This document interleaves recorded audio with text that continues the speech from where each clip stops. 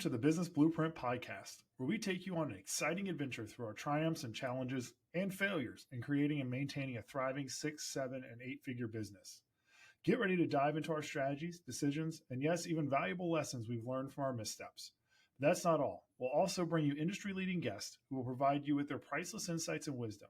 Stay tuned because the captivating journey of the Business Blueprint begins right now. Hi, I'm Charles Hatley with the Business Blueprint, and today is part 2 of our conversation on data and data analytics and KPIs. And I'm again joined by Rebecca and Mr. Dan Cuneo. And last time we kind of ended the conversation on talking a little bit about how not all business owners have gone to school for business. So where do they go to learn? Where do they go to talk about these ideas with KPIs and these other things that we hear about all the time in the business world? So, Rebecca, I want to start with you. Where did you start learning about KPIs and that you should even be, well, I'm not going to say you weren't tracking the data because you were, but learning how to put a name to it, learning how to put a system to the tracking of the data? It really came through coaching. So nothing from law school, nothing from any of my networking groups, nothing from, talking to the other attorneys in the area. Nobody really ever, I don't think, used the term KPI or or anything along those lines. So it was once we actually got into a coaching program and, had the questions kind of thrown at us of what are your KPIs and what are your metrics and what's your cost of acquisition and what's your average case value? What's this? What's this? What's this? And we're like, I don't know what those words mean or how to do them. And so it took a lot of homework, right? It took a lot of math for us to kind of get into all of our different systems and go back and figure out, like, are we profitable?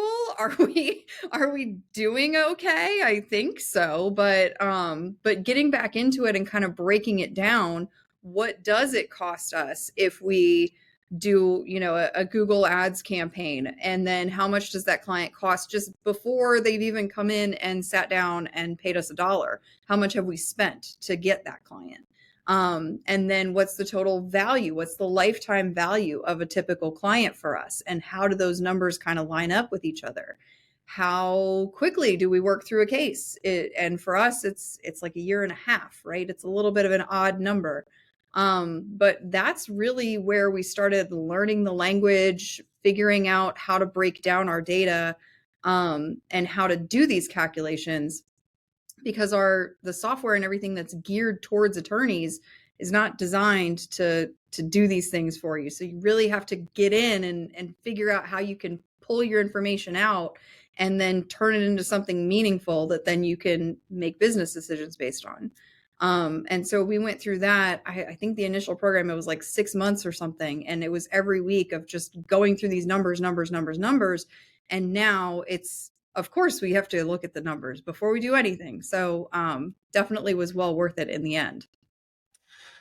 Yes. And, I would love to do a whole nother podcast, even series on the value of coaching and on the value of knowing when to ask a question. Rebecca, you touched on these different resources that you have that provide data. Dan, when you're talking about a small to medium-sized business, how much data would you say actually exists within that business? There's a lot, and there's more than the actual owner or leaders would know, but it's knowing what do you need at that particular time, because you could just get inundated by the data, and people call that analysis by paralysis or paralysis by analysis, depending on who you talk to and what part of the country you're in. But you don't want to just get bogged down by that, just to have data for the sake of data. It's what data do you need and what are you going to do with that data? And when you're a small to medium-sized company or firm, it goes back to our prior podcast and looking at day one is you need revenue, right? Revenue is going to allow you to continue to move forward. And then you got to watch out for the expenses. And then you got to determine, what is your goal? Is your goal just revenue? But if that is, then you need employees to support that. But if your goal is to grow and to scale, then you still need the revenue, you still need the employees, but then that's where the data comes into play as well. So it really depends on what your KPI is at that time, or what your goal is on what the data that you're going to need. And then once you get that data and you can review and perform the proper analysis, that'll allow you to make better business decisions. And then as those decisions continue to come up, other decisions will be ancillary to those or be part of that, and you're going to want some more data. And so in the beginning, it's really, I would say, break it down to be very simplistic. What is it, the data you need, which is the revenue, the expenses, the number of clients. And then once you get a good grip and grasp on what that is and what that means, then it's okay, what is my cost of acquisition? What does that mean? What are my spending in marketing dollars? Where am I marketing at? And then once you have a better understanding of what that is, what that means, and how you can apply that to your company, then get in, just kind of continue to expand it so you have a much better understanding as this data is being given to you, that you can really know exactly what it is you're looking for, perform the analysis that you need, and then make the decisions that is in the best interest of that company. Yeah, and that is important, right? Start simple, keep it simple. We've heard that our probably for majority of our working lives is KISS, keep it simple, stupid. And when you're starting out, it becomes so easy to be enamored by, I don't know, Amazon's KPIs, right? Just the biggest company I can think of, or Apple's KPIs, and say, oh, well, I saw this thing where Apple has this dashboard for every employee that knows exactly what they're doing. Well, I can't afford that. I mean, Apple could spend more on a dashboard than what we would bring in a year. Mm-hmm. So, starting simple. What are the numbers that I need to succeed in order to keep the lights on tomorrow? And so, gross revenue and expenses, right? Maybe net. And how am I going to know what revenue I'm going to have coming in? Okay, new clients. How am I going to know if my new clients are actually have any value? Average case value, right? What do you do, Dan, when there's not a set way to calculate these ideas? Like, Rebecca brought up an 18-month span for our clients. What are our clients worth in a year's time frame versus what are our clients worth over a lifetime? Now we might have the technology and the ability to do it, but how do you get started when there's not a perfect way to calculate your numbers? It's archaic. It's going back to handwritten notes and keeping track in an Excel sheet and just doing the math yourself, because you don't really know what you're looking at or what you need until you have a little bit more of the information or the data. And the data is just the number of clients and the bills that are going out, when they're being paid, how much is being paid, and what is in these, either in the bank account of the company or in the auto account if you're a law firm, and just really tracking it that way. And then once you start bringing in more clients, then it would be time to maybe look into sourcing out other avenues, maybe a QuickBooks or getting an accountant on board. And then as you continue to grow, eventually you'll get to the point where you're going to want to bring on a data analyst. And that's someone that can not only just provide analytics for you, but give you the analysis and really start digging into forecasting, really projecting where you're going to be next month, where you're going to be in 6 months and in a year, because that's a fluid situation too, which eventually will help you get to whatever is that goal for the year you have. That's why, in my opinion, all this is so important. It kind of all ties in together, is how can I get to that one KPI of my end goal? And that's where the value of data comes into play. But in the beginning, it's just, you don't want to spend all that time trying to figure out what software do I need to get, or what account do I need to hire, or what level of QuickBooks do I need to get. It's just put it into an Excel sheet and keep track of it that way.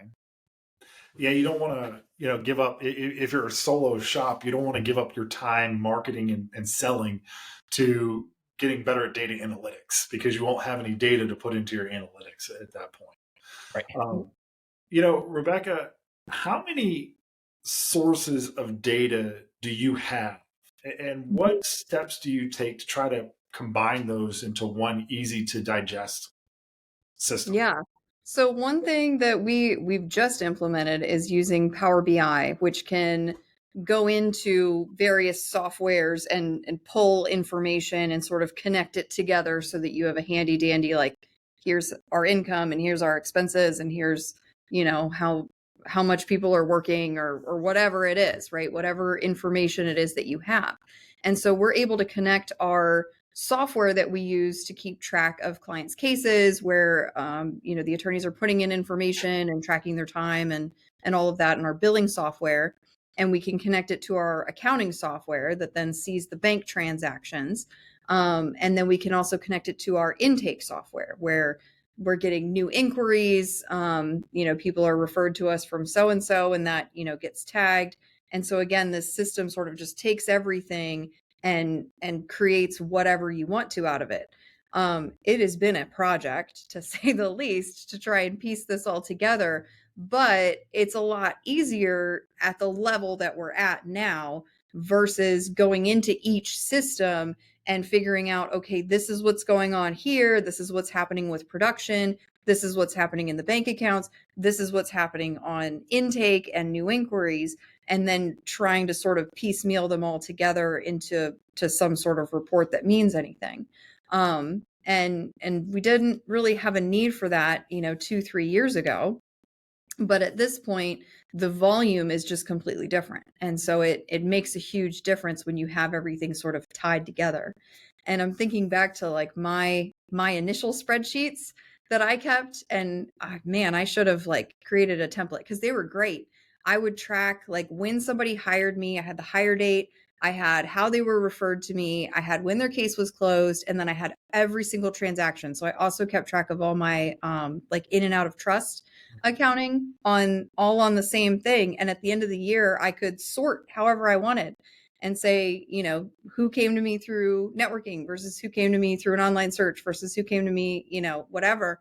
And I could play with those numbers all day long, and I could have made whatever I wanted to out of it. And now it's like, man, if I had that for our information now, that would be amazing. We could create all kinds of stuff. It would just be so onerous to keep up with. It is, and that's why you look to third-party softwares, right? Like you're talking take our CRM. That's why we look to that. Dan, when you're looking at data, how important is it? We talked about the unified Power BI, but what about the other systems we use? How important is it to you to say, look, we could have this fracturing of 50 different systems that all pour into Power BI, or would you think it's better to try to get one unified system for the organization?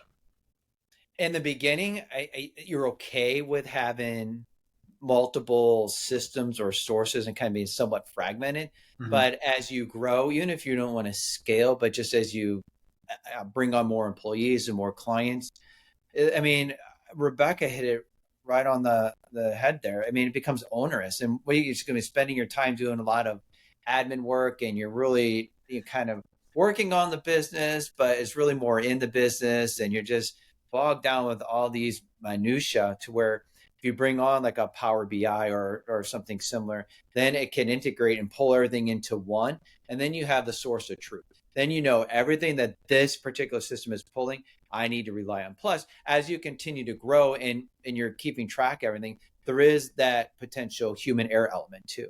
So you want something to be able just to pull from multiple resources and not rely on an employee to manually keep track, because they may not be updating it all the time, or their calculations could be off. So having that source of truth. But then just for me, I'm a more visual person. So I like to see the graphs and the charts and be able to make it look pretty so I can really better comprehend it, as opposed to someone just saying, here's the number for this year compared to last year. I have to just visually see it. Then I'm better at connecting those dots. But that's just me. But it is good though, because you can compare and see if you're on pace or where you're at, not just compared to last year, but it allows you to see trends too.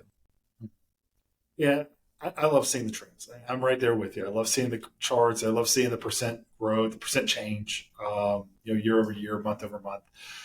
And, when you talk about onerous tasks, there's Liz Wiseman in her book Multipliers talked about, there's people with great jobs that hate the repetitive onerous tasks and ultimately end up leaving a company because of, well, I have to spill out the same information on 3 different spreadsheets. I hate that. It's a huge study in how people actually feel about the work they do. So getting the systems in place to, you enter it once and then it goes to where it needs to go. It is a big deal. But it does start with somebody entering the data. And I'll go back to you, Dan. How do you train people to make sure that they enter data accurately so that all the way to the end, when you get your graph, it's accurate? That's a tough loaded question. It's really making sure that you hire the right person. Mhm. And I know we talked about that on other podcasts. So you meant to make sure that you hire the right person for the right role, and then that person knows exactly what it is they're doing. So meaning you train them on it and give them the why. Why is this data so important? It's just not a monotonous task where you have numbers and you're putting it into an Excel or a form or whatever it is. This is why this matters. So they can have some ownership and really want to do a good job, so they can see that their role leads to this role, which leads to the bigger role of this is the goal of the firm or the company, and you play a pivotal role in that. And sometimes it starts with you, and so your role is so important because you are the call it the gatekeeper of the data. We want to make sure that it's put in correctly and accurately, but it's making sure that the training and that they're taking their time. And if you need to hire to help to give them support, then do that as well. It's a task that you want to take lightly, but it's something that you want to make sure that in the very beginning that person who's inputting the data knows why they're inputting and what the output's going to be from that data. And, Rebecca, I'm going to ask you probably a little bit of a loaded question. Do you think your company could have grown faster if you had not have started with such a rudimentary data keeping system? So, and I'll change that a little bit. If you had started with this high tech data keeping system, Power BI, do you think your company would have grown faster? Or do you think it's just an evolution that you have to get to?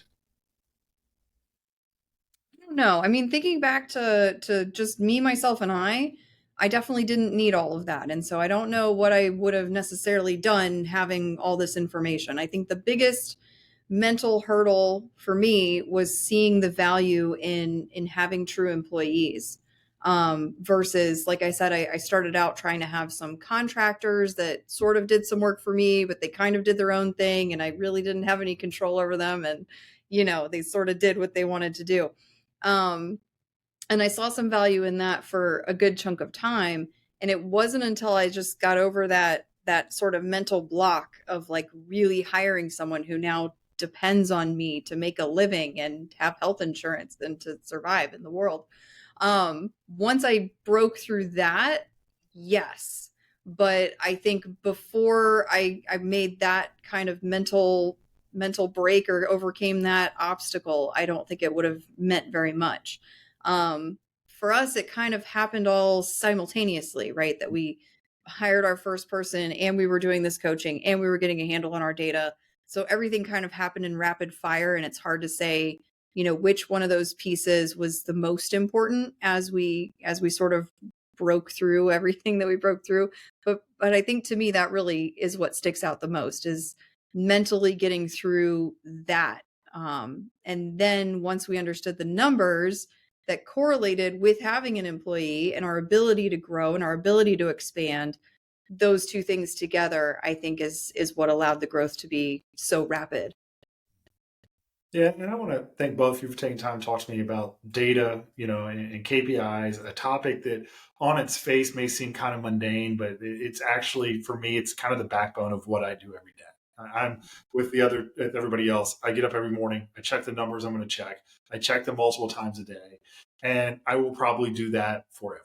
Um, so if you enjoyed this topic, if you enjoy listening about our challenges, our tribulations, our successes as we continue to grow our business, subscribe and listen as we come in weekly to talk about the things that we've gone through. If you have any questions, please leave them in the comments. We love to answer questions from people, and we will see you all next week. Thank you.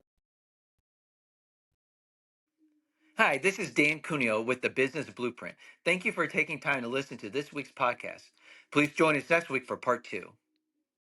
Thanks for tuning in. If you found this insightful and entertaining, be sure to hit subscribe below and join us on social media to get more insight into what we are going through each and every day.